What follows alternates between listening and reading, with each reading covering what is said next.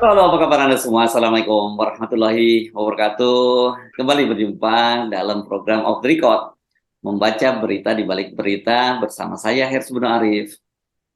Dan saya Agi Beta, senang sekali menjumpai Anda kembali. Di menjelang akhir pekan, sekarang udah hari Jumat, Mas Hersu ya. Aduh, ternyata saat ini kan Iya. tiba-tiba sudah akhir pekan saja. Menurut saya Alhamdulillah.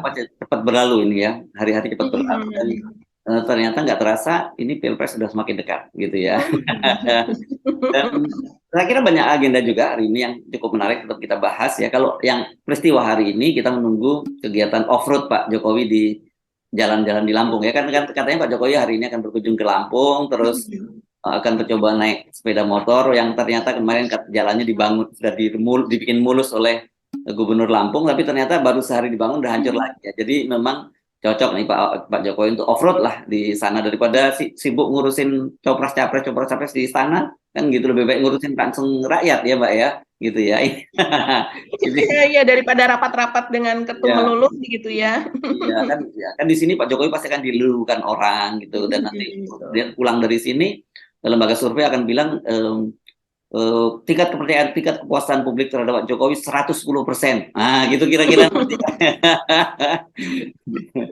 Iya, Oke. dan semua capres kalau mau menang itu harus mendekat ke Pak Jokowi, kata Iya, Bahlil ya. kata Balil ya begitu ya. Ini bingung kita kalau baca-baca hasil lembaga survei itu ya. Kenapa dalam situasi sekarang kok Pak Jokowi masih terus saja dibilang tingkat kepuasan publiknya tinggi dan kemudian lembaga survei satu dengan yang lainnya bilang yang satu lembaga survei bilang Pak Jokowi Pak Prabowo paling tinggi elektabilitasnya terus kemudian yang satunya lagi bilang bahwa Ganjar langsung melesat naik setelah dicapreskan. Mbuh sakarepmu, saya bilang begitu aja kalau saya baca hasil survei. Suka-suka hati kau lah kalau orang Medan bilang kan gitu ya Mbak ya. Kan dia dari soal lembaga survei ini Mas Ersu beredar loh, cukup viral itu beredar video dari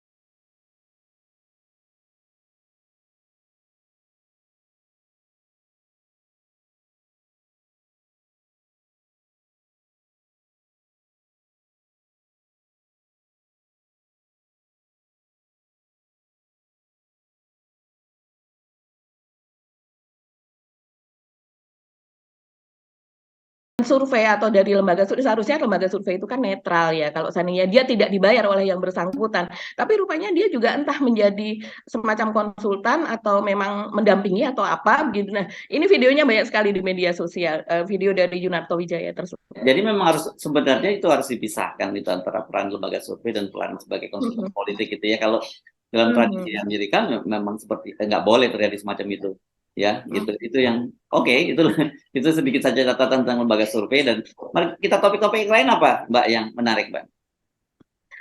Ada kabar dari Pak Endar ya Mas Ersu ya. Dari Pak Endar begitu yang sudah ada eh, keputusan dari pimpinan KPK yaitu Firly Bahuri Sekjen dan lainnya bahwa dia ditolak keberatannya begitu. Tapi kalau dari Dewas belum ada. Nah, mungkin kita bisa berbincangkan juga itu sedikit itu tentang Pak Endar Mas Ersu. Apalagi yang lain ini Mbak Agi. Oh, yang ramai, yang cukup ramai itu adalah antara Romahur Hurmuzi, mantan Ketua Umum P3, begitu yang Nah, dalam wawancaranya, dalam sebuah wawancaranya dengan Total Politik mengatakan bahwa dia sampai di penjara itu adalah karena dijebak oleh KPK. oh Nah, tentu dijebak ini tapi kok pakai uber-uberan gitu ya. Saya ingat kan dia diuber-uber di hotel di Jawa Timur betul. seingat saya ya gitu ya. Iya, betul betul. Iya, karena dia posisinya ada di hotel yang berbeda dari tempat yang satunya begitu kan. Dia menunggu di situ. Dan kan waktu itu juga sempat keluar apa namanya keterangan dari KPK bahwa itu adalah upaya penangkapan yang sekian kalinya karena sebelum OTT yang sebelumnya selalu bocor begitu. Itu sempat menjadi rumor yang ini juga karena memang 1 bulan sebelum Pilpres 2019 kan penangkapan Romi ini. Itu cukup ramai Mas Ersu karena Ya, menurut Novel Baswedan yang ketika itu pada saat penangkapan dia masih menjadi penyidik senior di KPK begitu, dia mengatakan bahwa itu bohong besar apa yang dikatakan Romi adalah ya, ya. bohong besar. Dan saya kira ini penting juga buat kita ya, karena memang kita amati sekarang banyak sekali napi koruptor itu ketika keluar dari penjara kemudian dia memberikan pembelaan Dan yang konyolnya itu juga media-media itu memberi panggung gitu terhadap para napi koruptor. Ini menurut saya bagaimana akan ada efek jerah terhadap pemberantasan korupsi. Saya kira media harusnya juga punya peran dalam soal ini ya kan gitu. Kenapa? Satu, kita tahu belaka bahwa para napi koruptor itu selama dalam tahanan itu mereka mendapat fasilitas yang luar biasa gitu, yang dia bisa dengan harta kekayaannya dia bisa menikmati fasilitas-fasilitas di sana dan keluar itu dielulukan bahkan diberi panggung oleh media. Romi ini kan saya kira termasuk yang sangat aktif di media dan kemudian dia juga dikutip banyak media setiap kali ucapan-ucapannya gitu ya Mbak ya. Iya, betul sekali. Jadi dia malah justru seperti safari gitu ya. Dan dari satu podcast satu ke podcast yang lainnya dan kemudian itu dibesarkan atau dikutip oleh media begitu kan. Dan kembalinya Romi ke P3 ini langsung mendapatkan jabatan sebagai ketua majelis pertimbangan begitu ya. Itu sempat juga dikomentarin oleh sebelumnya oleh KPK begitu, oleh Novel juga yang sekarang sudah ada di luar KPK. Mereka menyayangkan bahwa memang tidak ada aturannya begitu karena hak politik Romi juga tidak dicabut dalam putusan pengadilan dulu, tapi secara etika kemudian dia diberikan jabatan yang tinggi, majelis pertimbangan loh Mas Ersu, itu kan biasanya adalah tokoh-tokoh senior, orang yang sudah berumur yang memang sudah dituakan di situ begitu ya, yang artinya pertimbangannya itu menjadi pengaruh, menjadi keputusan bagi partai tersebut, dan dia mendapatkan posisi itu. Dan kemudian belakangan ya mungkin karena Romi ini lebih populer ya secara nama daripada Mardiono yang menjadi PLT saat ini, jadinya media pun ketika ada sesuatu dengan P3 merujuknya wawancaranya kepada Romi. Mungkin dia juga ingin menjadikan dirinya ya semacam media darling ya, kalau seandainya mendapatkan info dari P3 adalah dari Romi gitu. Ya, ya. Dan kita kan teringat ketika waktu itu dipertanyakan soal itu, Pak Mardiono kan menyatakan bahwa ingin menjadikan Pak Romi ini sebagai duta anti korupsi. Begitu kan waktu itu ya. Dan ini rupanya mungkin bagian dari itu ketika dia mulai mau mencoba membersihkan diri dengan menyatakan bahwa oh dia dijebak KPK dan sebagainya gitu ya. Itu ini menurut saya mestinya dalam hal seperti ini media gitu bersikap, dan publik juga harusnya bersikap.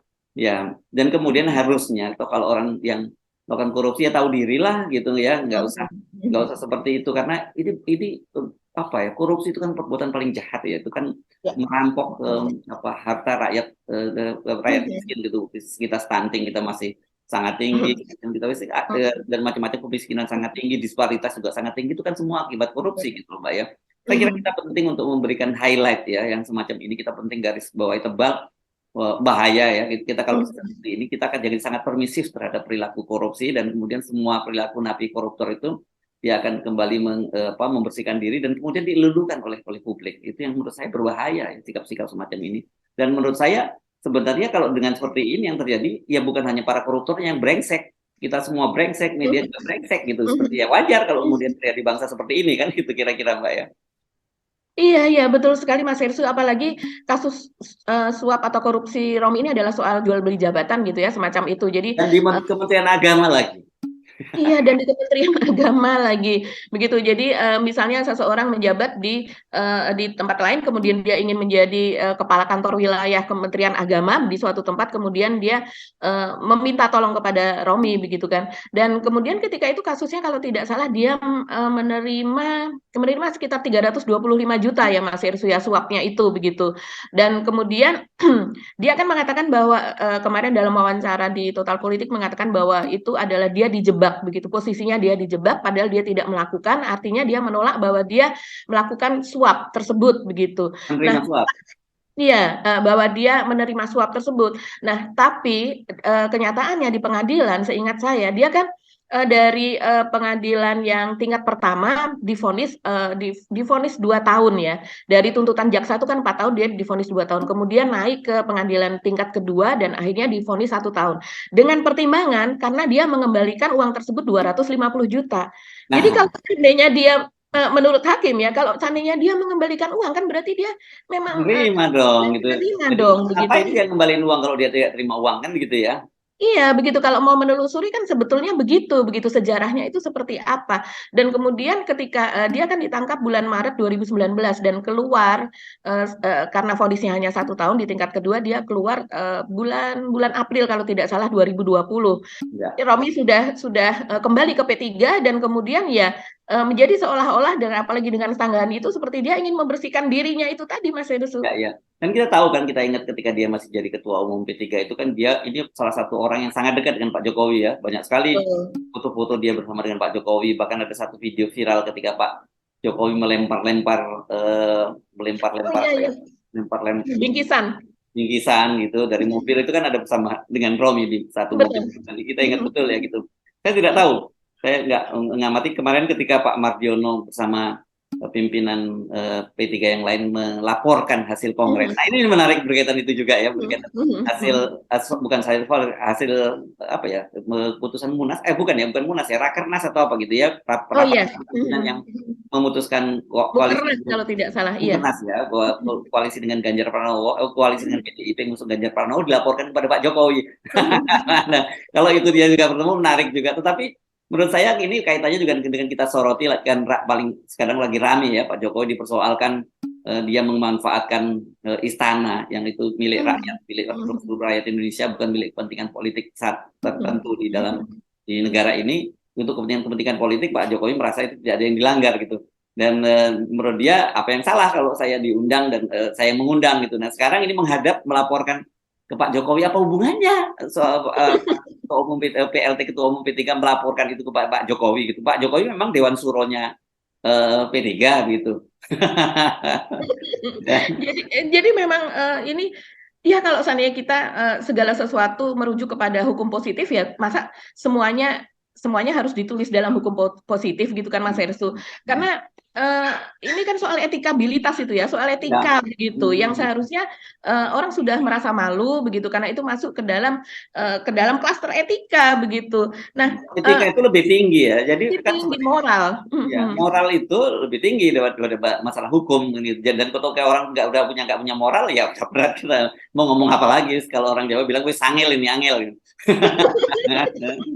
Iya, dan kalau kita kembali kepada etika itu tadi yang kalau Romi tidak hanya etika tapi juga memang sudah pidana begitu ya. Tapi kalau kembali kepada pernyataan dia itu, Mas Hersut, kemudian kita ingat lagi pada tahun 2019 itu memang betul kata Mas Hersut, Romi kelihatan dekat dengan Pak Jokowi begitu kan. Bahkan ketika itu sempat ada rumor begitu ya, tuduhan kepada Novel Baswedan yang mengatakan bahwa Novel ini adalah orangnya Gerindra di KPK begitu. Jadi penangkapan Romi ini adalah hasil rekayasa dari Novel. Nah, padahal kemudian dijawab oleh Febri Diansah waktu itu ketika dia masih menjadi jubir dari KPK ya, dan juga dijawab oleh Novel sendiri karena tim yang menangkap Romi ini bukan timnya Novel begitu. Jadi tidak bukan tim Novel begitu. Kalau seandainya pun mereka berdiskusi adalah hanya soal nanti bukti-bukti apa saja yang akan dicari apa dan sebagainya begitu. Dan ketika itu Mas Hersut, rumor bahwa Novel adalah orang yang Gerindra itu dihembuskan oleh almarhum Neta Espane kalau tidak salah ya. Iya, memang betul, oleh Neta Espane waktu itu masih menjadi ketua ICW begitu. Dan kemudian kita sebetulnya itu terbukti sih kemudian. IPW Mbak, bukan ICW. IPW. Oh ya, IPW, betul, ketua IPW, Indonesian Police Watch ya. Dan kemudian itu terbukti kemudian ketika Novel ini ditendang dari KPK dengan karena dia tidak lolos tes wawasan kebangsaan, dan ternyata juga tidak ada pembelaan dari Gerindra begitu kan ya, katanya dia orangnya Gerindra. Jadi ini memang ada sesuatu yang kita tidak bisa serta-merta membuktikan, tapi ketika tahun berlalu itu baru akan kelihatan mana yang benar dan mana yang tidak. Jadi kalau sekarang Novel Baswedan mengatakan, menjawab pernyataan Romi, itu cukup menarik Mas Hersut. Dia mengatakan bahwa sudahlah, harusnya Anda bertobat, harusnya Anda insaf begitu ya. Dan kemudian ini masih mending bahwa ini hanya kasus kecil yang dibuka. Ini belum kasus-kasus yang lain. Wah, kita kan jadi bertanya, kasus yang lain apa ya? Secara Novel dulu ada di KPK, jadi kan dia mungkin tahu begitu bahwa ada kasus yang, dan dia mengatakan biasanya kalau ada OTT dari KPK itu bukan kasus yang pertama. Biasanya sudah diamati sekian lama begitu, sehingga kan OTT itu harus bukti-buktinya harus jelas. Kalau enggak kan mempermalukan diri sendiri KPK itu. Ya, soal tobat itu tadi, saya sebenarnya ke dalam banyak kasus gitu ya, misalnya ketika ada banyak sekali kan tokoh-tokoh muda kita yang tadinya dianggap tokoh harapan dan kemudian dia ditangkap KPK dan dia karir politiknya berakhir gitu, kecuali ini sekarang ribon lagi karir politiknya. Saya justru sering orang bilang, waduh, sayang sekali. Kalau saya bilang nggak sayang, itu justru sebenarnya itu mungkin mereka itu justru disayang oleh Allah sebenarnya begitu ya, diingatkan sebelum terlampau jauh. kalau kemudian sampai mati mereka jadi koruptor dan Mhm. kemudian tidak melakukan penebusan dosa Mhm. dan tanda Mhm. petik ya gitu kan. Mhm. Eh, Mhm. itu kan sayang banget kalau sekarang ini kan mereka sebenarnya diberi kesempatan untuk bertobat gitu. Sebenarnya seperti Mhm. Pak Novel harusnya digunakan itu sebenarnya ya untuk bertobat melalui kesadaran bahwa ya ini perbuatan saya nggak baik. Kalau memang jadi duta korupsi mestinya dia ngomong apa yang saya lakukan itu bukan contoh yang baik gitu ya gitu itu, Mhm. dan saya akan bekerja sama dengan KPK untuk menjadi duta duta korupsi, atau jangan pakai jangan KPK deh, karena KPK-nya juga nggak jelas gitu ya. Dia cuma bilang aja bahwa saya akan jadi duta anti korupsi gitu, dan Mhm. saya memberikan pada contoh pada anak-anak muda, pada politisi-politisi muda, jangan ulang kesalahan apa yang saya lakukan, jangan malah membela diri, mesti kudunya kan begitu ya Mbak ya. Iya, Oke. betul, betul Mas Tersu, ini terutama untuk orang yang tidak mau menelisik ke belakang sejarah mengenai apa penangkapan Romi, kasusnya apa dan sebagainya, itu pasti akan terbuai dengan pembelaan diri yang seperti itu, Mas Tersu. Yes. Oke, ini penting. Kenapa kita mesti bahas cukup panjang, karena ini soal yang serius saya kira ya. Sama juga dengan sebenarnya soal Pak Jokowi ya. Pak Mhm. Jokowi yang menyatakan bahwa tidak ada konstitusi yang dia langgar, dia mengumpulkan itu mengumpulkan para ketua-ketua umum partai kan, kata dia, karena dia juga merupakan pejabat politik ya. Saya bilang udah susah nih kalau udah ngomong begini.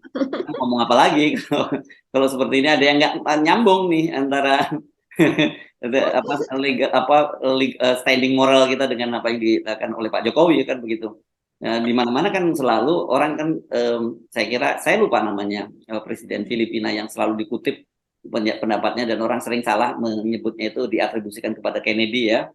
Eh, Mhm. ketika loyalitas saya Mhm. kepada negara dimulai, loyalitas kepada partai itu apa berhenti ya. Itu Mhm. Mhm. kalimat yang sangat bagus menurut saya, Mhm. ketika Iya. bahwa Mhm. loyalitas kepada partai itu berhenti ketika loyalitas saya kepada Kepada negara dimulai ya. mulai, Mhm. dan Mhm. itu tapi agak susah sih memang kalau dalam culture PDI seperti yang di partainya Pak Jokowi gitu kan, karena sampai sekarang pun Pak Jokowi itu tetap dianggap sebagai petugas Presiden. partai kan gitu ya, dan Mhm. sama juga seperti Ganjar Pranowo yang juga dikatakan oleh Bu Megawati bahwa sekarang ditingkatkan sebagai petugas partai, ditingkatkan penugasannya dari seorang gubernur Jawa Tengah menjadi presiden. Mhm. Ya memang di mereka itu bukan bukan tugasnya bukan melayani rakyat, tapi melayani partai. Gitu itu yang filosofinya memang sejak awal udah salah kaprah Mbak dalam hal ini. Gitu. Iya, iya, betul sekali. Jadi dalam hal ini adalah pelayanan kepada partai lebih tinggi dari pelayanan kepada negara. Hmm. Sepertinya kan seperti itu kalimat tersebut ya, bahwa seorang gubernur, seorang presiden itu tetap yang utama adalah dia menjadi petugas partai, dan itu lekat dan itu tidak bisa ditinggalkan gitu. Yang artinya ya seperti kata Pak Bambang Pacul, bahwa segala sesuatu misalnya yang ada di DPR, padahal dia akan duduk sebagai konstituen sebuah daerah itu di DPR, yang artinya dia membawa suara dari rakyat di wilayahnya begitu, tapi ketika sampai di DPR suara tersebut misalnya bertentangan dengan suara partai, ya tentunya dia akan lebih memilih instruksi dari partai, dari ketua umum partainya, dan dia mengatakan bahwa partai-partai yang lain selain PDIP pun juga seperti itu. Dia menanyakan kan, bagaimana dengan yang lain, iya kan gitu. Nah ini tentunya ini kalau seandainya dia saat ini masih menjadi etika begitu, dan kemudian ini mempengaruhi begitu banyak harkat dan martabat rakyat begitu ya, sebaiknya ya ini mungkin bisa dirumuskan menjadi sebuah peraturan atau sebuah undang-undang sih Mas Hersu, tidak hanya ya, karena sulit di Indonesia gitu kalau tidak dirumuskan menjadi hukum positif, yang sudah ada hukum saja itu kan dicari celah-celahnya begitu. Yes, ya. Jadi saya kira memang ini berat sekali ya negara ini, ketika karena semua persoalan-persoalan itu sebenarnya dasarnya semua etika ya. Ketika etika-etika Mhm. politik dalam negara dan berbangsa ini nggak ada lagi, ya ini terjadi kekacauan semacam ini. Ini sebenarnya menjelaskan mengapa situasi politik kita di negara ini seperti ini, karena memang tidak ada yang disebut dengan etikabilitas, itu tidak ada soal legal standing moral, dan orang selalu berkilah kalau begitu. Moral kan tidak ada dalam undang-undang, tidak ada konstitusi. Tetapi ketika dia melanggar undang-undang, dia mungkin berkilah, oh saya dijebak, maksudnya apa kan gitu. Jadi yang repot memang selalu ada aja kilahnya semacam itu. Oh saya jadi ingat tadi yang presiden yang disebut tadi Manuel L. Quizon namanya, yaitu presiden Hmm. Filipina Mhm. katanya. Jadi dia sebut my loyalty to my party end when my loyalty to country begins. Gitu itu Begin. kalimat persisnya seperti itu. Jadi Mhm. ya sebenarnya itu luar biasa pernyataan begitu. Harusnya Mhm. siapapun dia ketika dia menjadi seorang petugas, menjadi dipilih menjadi kepala negara, menjadi presiden, ya loyalitas dia itu hanya pada bangsa dan negara, bukan lagi pada partai politik. Mestinya begitu. Nah, tapi kalau Pak Jokowi bilang, ya saya kan saya pejabat publik, saya juga pejabat politik. Pejabat politik itu maksudnya sebenarnya bukan pejabat ya, karena Pak Jokowi kan nggak punya jabatan apa-apa kalau di Di partai politik di ya. partai. Ya, Mhm. dia petugas gitu. Oke, Mhm. mari kita beranjak ke topik yang lain, Mbak. Mhm. Iya, mungkin, kita ke Pak Endar dulu kali ya, Mas Herssu ya, karena Endar tidak ini panjang. adalah mantan apa ya, direktur penyelidikan di KPK Iya. ya. Ya. Iya betul, Pak Endar Priantoro ini yang kemarin pada bulan April ya dari awal hingga pertengahan itu rame kan, kemudian kasusnya ini seperti kalau orang Jawa bilang mendelep gitu ya, seperti tidak ada begitu, tersapu oleh apa topik-topik yang lain. Nah ini yang terkini adalah Pak Endar ini sudah mendapatkan penolakan begitu, protesnya dia kepada pimpinan KPK, kepada Firly dan juga kepada Pak Cahya Harifa yaitu Sekjen KPK sudah mendapatkan jawaban bahwa ditolak. Itu hasil dari pimpinan KPK, belum hasil dari Dewas ya. Dari Dewas itu masih belum selesai karena masih belum mendapatkan keterangan dari pihak kepolisian. Dalam hal ini adalah pihak sumber daya manusia di Polri begitu katanya belum ada waktu untuk bertemu. Jadi kalau berdasarkan keputusan dari pimpinan KPK tersebut, kemudian Pak Endar katanya akan melakukan semacam banding administrasi ke Pak Jokowi. Nah ini saya nggak tahu sudah pernah dilakukan atau belum ya pada kasus yang lain, ataukah ini untuk yang pertama kalinya ini akan terjadi begitu Mas Herssu. Dan kemudian ini juga sandera mulai dimainkan lagi sih Mas Herssu. Jadi Pak Endar ini kan pernah pada mungkin bulan Maret kalau tidak salah ya, istrinya itu kedapatan flexing begitu. Jadi memang flexingnya tidak banyak. Eh, apa membawa tas bermerek begitu kan, terus kemudian ya ada foto-fotonya di akun media sosialnya begitu dan kemudian itu yang diperiksa begitu ya. Dan setelah itu ada pemeriksaan yang pertama itu sekitar bulan Maret, akhir Maret. Dan kemudian ini saat ini dia kemarin diperiksa lagi oleh KPK begitu. Pak Pahala Nainggolan posisinya sebagai apa? Pencegahan kalau tidak salah ya Mas Ya, Heru. ya. Ya, Pencegahan. pencegahan dan monitoring ya. Pencegahan dan monitoringnya menyatakan itu Pak Pahala Nainggolan. Dan itu adalah pemeriksaan yang kedua. Dan ternyata di pemeriksaan kedua ini tidak hanya soal flexing dari istri Pak Endar yang dipersoalkan, tapi juga pertanyaan mengenai perusahaan yang dimiliki oleh dia begitu. Dan kemudian kalau menurut Pak Endarnya, ya jawabannya adalah istrinya itu ternyata adalah juga seorang pengusaha yang memiliki perusahaan. Jadi kaitan dengan flexing itu memang dia memiliki pendapatan sendiri. Menurut dia demikian karena dia menyebutnya perusahaan-perusahaan, berarti tidak hanya satu perusahaan saja. Nah, itu yang diklarifikasi karena LHKPN dari Pak Endar ini kan 5,6 miliar begitu Mas Herssu. Tapi kemudian beredar rumor itu tidak tahu dari mana begitu ya. Pokoknya ketika rame soal Pak Firly, soal Pak Endar apa dan sebagainya kemarin ketika rame kasus-kasus di KPK itu kemudian beredar rumor bahwa harta sesungguhnya dari Pak Endar ini di atas 100 miliar, kalau tidak salah 113. Tapi memang tidak ada rinciannya dan tidak ada bukti-buktinya, hanya dihembuskan begitu saja. Nah, pada pemeriksaan kemarin itu dia bantah. Hmm. Begitu, Mas Erso. Oke.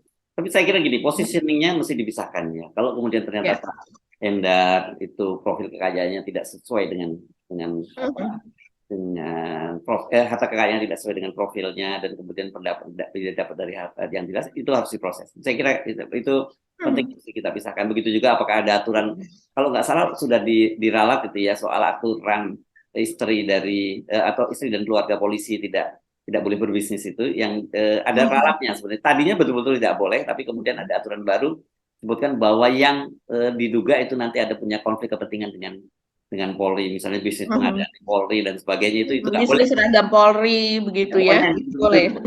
tidak boleh gitu ya.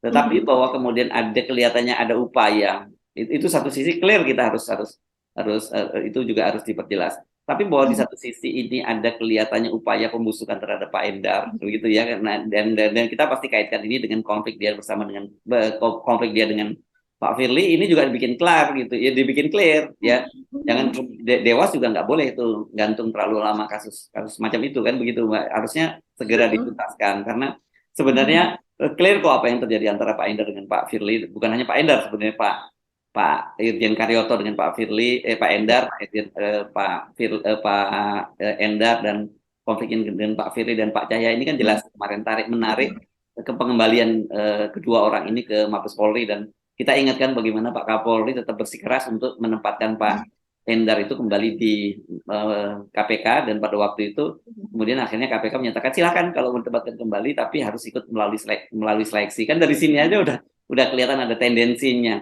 Kita mesti dalam hal-hal begini jangan bias ya Mbak ya. Di satu sisi kemudian kalau kita melihat ada hal yang positif dilakukan oleh Pak Karyoto dan Pak Endar, ya pasti kita apresiasi. Tapi kalau ada hal-hal yang memang kesalahan yang dia lakukan, ya kita mesti beri catatan kritis juga gitu loh. Ini kecenderungan sekarang ini kan kesannya kalau kemudian kita pro pada sesuatu, kita senang pada seseorang, katakanlah ada pilihan presiden atau siapapun, apapun yang dilakukan oleh calon presiden itu tidak ada salahnya. Sementara yang lawan yang kita tidak sukai semua salah. Kita nggak boleh seperti itu. Kita nggak harus berlaku adil pada siapapun juga gitu kan.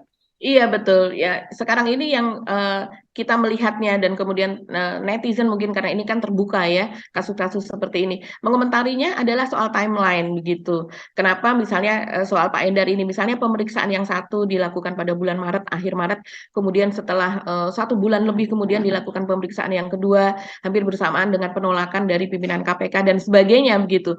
Jadi ini memang sepertinya tidak berkaitan, tapi kemudian kita bisa melihat juga sesuatu mungkin saja berkaitan begitu ya, antara pemeriksaan, antara apa dan sebagainya. Tapi sebagai orang KPK, saya rasa kalau seandainya orang-orang yang di luar KPK saja bisa mereka cari-cari bukti, data, fakta dan sebagainya, tentunya kepada Pak Endar ini juga dengan cepat begitu ya akan bisa ditemukan bukti kalau seandainya memang dia melakukan sesuatu atau profilnya tidak sesuai begitu, profil kekayaannya tidak sesuai, dan kemudian misalnya perusahaannya itu perusahaan yang seperti apa, ternyata istrinya tidak memiliki perusahaan dan ternyata memang itu mendapatkan dari sumber yang lain, itu kan dengan cepat saya rasa bisa diketahui begitu Mas Hersu, dan itu kalau seandainya mau dibuka kepada publik kan juga bisa kalau seandainya memang dia bersalah gitu.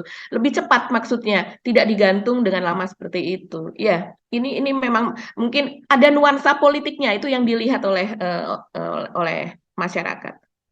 Oke, mari kita pindah ke topik yang tadi ya, kita bilang ke Lampung tadi. Ini lucu ini menurut saya.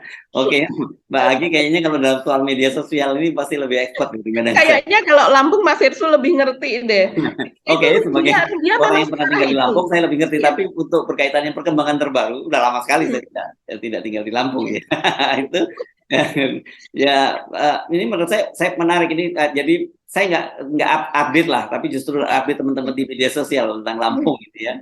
Tapi yang saya ikuti aja itu bahwa kemarin kan rencananya harusnya Pak Jokowi itu datang ke Lampung kapan ya? Hari Rabu ya? Tanggal 3 itu hari Rabu dong ya? Iya, hari Rabu betul. Dan sebelumnya kan dikebut gitu ya pembangunan itu ya, gitu. Dan Pak Jokowi ternyata kemudian memundurkan rencananya hari ini akan berkunjung ke Lampung. Tapi kemudian jalanan yang saya baca juga di media sosial dan juga yang diamplifikasi oleh media-media online, katanya jalanan itu udah rusak lagi pada hari Kamisnya gitu ya. Makanya tadi kita sarankan Pak Jokowi, tapi satu yang saya kira mungkin Pak Jokowi tidak bisa diajak berwisata ke Mandi Lumpur di situ ya, semacam pesona gitu Mandi Lumpur karena udah ditutup. Tapi masih Pak Jokowi masih bisa off road gitu karena jalanannya hancur lagi kan gitu. Apalagi katanya Pak Jokowi mau naik sepeda motor ya Mbak di situ ya. Iya, kabarnya Pak Jokowi akan mencoba selain menaiki mobil kepresidenan, tentu saja juga akan mencoba naik sepeda motor. Kabarnya begitu. Wah, ini akan menjadi, saya rasa videonya akan viral lagi nih Mas Hersu kalau seandainya memang itu dilakukan. Nggak usah naik sepeda motor saja sudah viral. Karena memang kalau berdasarkan gambar-gambar yang sekarang beredar, begitu ya, salah satunya itu dipasok atau diunggah oleh Partai Sokmed lagi-lagi, begitu ya. Sepertinya dia memang memiliki orang di sana yang kemudian mengirimkan foto-foto tersebut, begitu. Itu memang kondisi jalannya yang sebelumnya kemarin kan sempat ada video dan foto-fotonya itu sudah mulus begitu kan, kelihatan mulus. Tapi saat itu memang sempat dipertanyakan Mas Hersu, itu apakah ada pengerasan lebih dulu, kemudian pengeringan, terus kemudian juga dibuat saluran di kanan kirinya supaya kalau tidak kan itu kan akan melesak begitu kan ke kanan kiri dan sebagainya. Tapi kalau seandainya dilakukan hanya dalam sehari 2 hari ya tidak mungkin kan. Dan ternyata itu terbukti begitu ketika kemudian turun hujan di lokasi, akhirnya yang hanya ditimbun tadinya ternyata itu hanya ditimbun saja begitu, airnya terus kemudian bleber gitu, bleber itu melebar begitu ya kemana-mana, terbawa oleh air hujan tersebut sehingga jalanan yang tadinya mulus ya sekarang menjadi rusak lagi. Nah ini kan apa ya, lucu dan menjadi bulian di media sosial. Padahal Pak Arinal Junaidi, Gubernur Lampung sebelumnya dia mengatakan bahwa tidak, perbaikan ini bukan karena adanya kedatangan Pak Jokowi, tapi karena memang tendernya itu baru selesai sekarang. Dan dia menganggarkan katanya ada 700 miliar untuk memperbaiki 14 titik ruas jalan. Nah, ini salah satunya yang diperbaiki ini adalah ini begitu. Tapi kok perbaikannya begitu? Dan yang menarik lagi di media sosial itu rupanya ya banyak kontraktor, mungkin ya insinyur sipil atau apa. Itu yang kemudian mereka saling memberikan informasi itu sih guys seperti ini seperti ini. Saya belajar juga akhirnya dari itu Mas Heru, katanya harusnya ada pengerasan, dibiarkan sekian lama, kemudian ada dibangun beton dulu, terus kemudian baru kemudian atasnya diaspal, kanan kirinya harus dibuat saluran dan sebagainya. Kalau itu memang proyek yang ingin awet selama beberapa tahun ke depan gitu Mas Heru. Lucu juga ini ya. Jadi kalau gitu bisa dipertanggungjawabkan, mesti dicari tuh siapa kontraktornya yang menang tender itu, kenapa jalan mesti hancur lagi. Walaupun sebenarnya kita tahu lah itu nggak mungkin lah ya seperti itu. Tendernya kan tahu, kita tahun anggaran itu kapan kan gitu ya. Biasanya kan nggak ada nih pada bulan-bulan April gini ada proyek seperti disebutkan juga oleh Pak Basuki, Menteri PUPR kan juga menyatakan nggak ada gitu kan gitu. Iya. Ini memang apa ya, itu jadi Gubernur Lampung ini terjebak dalam sebuah pepatah yang menyebutkan bahwa kebohongan kita itu akan berusaha menutupi satu kebohongan dengan kebohongan baru kan, itu jangan sampai terjadi itulah ya kan. Sudahlah, akui saja bahwa memang terjadi jalan itu rusak dan memang berkat Pak Jokowi ini kita menjadi tersadar, mesti dia ucapkan aja terima kasih untuk para netizen yang sudah mengungkap kasus ini, dan juga terima kasih atas atensinya Pak Jokowi. Dia tinggal nambah, ini selama ini kurang loh Pak, memang anggaran untuk Lampung itu kan tinggal begitu, ajukan yang baru. Karena bagaimanapun ini kan juga bukan hanya citra Lampung tapi citra pemerintahan Pak Jokowi, kan sebenarnya cara seperti itu jauh lebih elegan daripada menutupi seperti ini gitu. Orang Indonesia itu lebih senang kok kalau kita salah kemudian kita minta maaf terbuka gitu ya. Salahnya gitu. Iya, Jangan malah buat hal-hal yang baru lagi, yang aneh-aneh aja kan gitu. Iya, dan karena mungkin panik juga sih ya Mas Hersu ya, karena menurut Pak Basuki Hadi Mulyono Menteri PUPR kan mengatakan bahwa Pak Jokowi ingin melihat hasil dari pembangunan, bagaimana kebijakan itu dilaksanakan di lapangan. Artinya kebijakan-kebijakan dari pusat juga itu kan memang ada dana juga untuk infrastruktur dari pusat yang disalurkan kepada daerah, apakah itu sampai atau tidak, apakah itu dinikmati oleh rakyatnya atau tidak. Saya rasa kalau sampai ke situ begitu ya, itu nanti akan menjadi persoalan kalau memang itu ditelusuri betul-betul ya, membuat kepanikan sih salah satunya itu ya Mas Hersu. Walaupun memang ada alasan dari Pak Gubernur, dari Wakil Gubernur juga bahwa memang ada beberapa dana itu yang kemudian disalurkan untuk yang lain, karena pada waktu kemarin kan ada penanganan pasca Covid untuk pembangkitan ekonomi, untuk pemberdayaan UKM dan sebagainya. Tapi apakah itu juga betul bahwa UKM sekarang sudah maju mendapatkan dana tersebut? Itu kan saling berkaitan jadinya nanti. Kasihan Covid sampai sekarang pun tetap aja yang dia selain dari jalan hancur di Lampung juga yang salah Covid gitu ya. Iya. Ini kita tunggu saja ini laporannya dari Lampung nih Mas Hersu. Okay. Dan tampaknya mungkin Mas Hersu dan Bang Rocky mungkin yang akan membahasnya. Yes, selamat Pak Jokowi untuk melakukan off-road di Lampung ya. Semoga menikmati perjalanan kali ini. Ya, nggak pusing ya Pak ya gitu.